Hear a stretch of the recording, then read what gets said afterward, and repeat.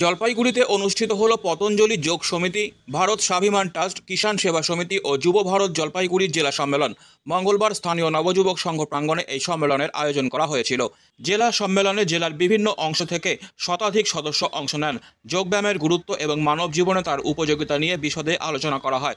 সম্মেলনে উপস্থিত ছিলেন রাজ্য প্রভারী জয়ন্ত দাস, সহ প্রভারী সুচেতা বিশ্বাস, জলপাইগুড়ি পতঞ্জলির সভাপতি জগদীশ বর্মন, প্রণব সরকার, মহিলা পতঞ্জলি কর্ণধার সবিতা সরকার সহ আরও বিশিষ্ট ব্যক্তিরা।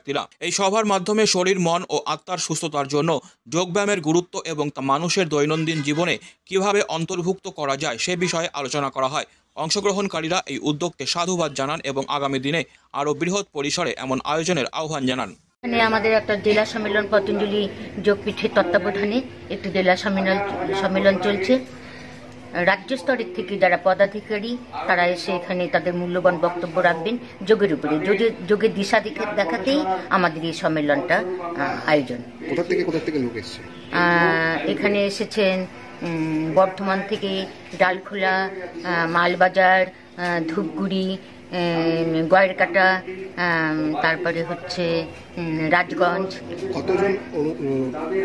প্রায় শতাধিক সদস্যের আগমন হয়েছে এখানে। জলপাইগুড়িতে কত বছর পর হচ্ছে এটা? জলপাইগুড়িতেই হয়েছে, তবে সেটা অন্য ব্লকে হয়েছে, ময়নাগুড়ি ব্লকে হয়েছিল 2 বছর আগে। এবছর আমাদের সদরে প্রায় 5 বছর পরে হলো।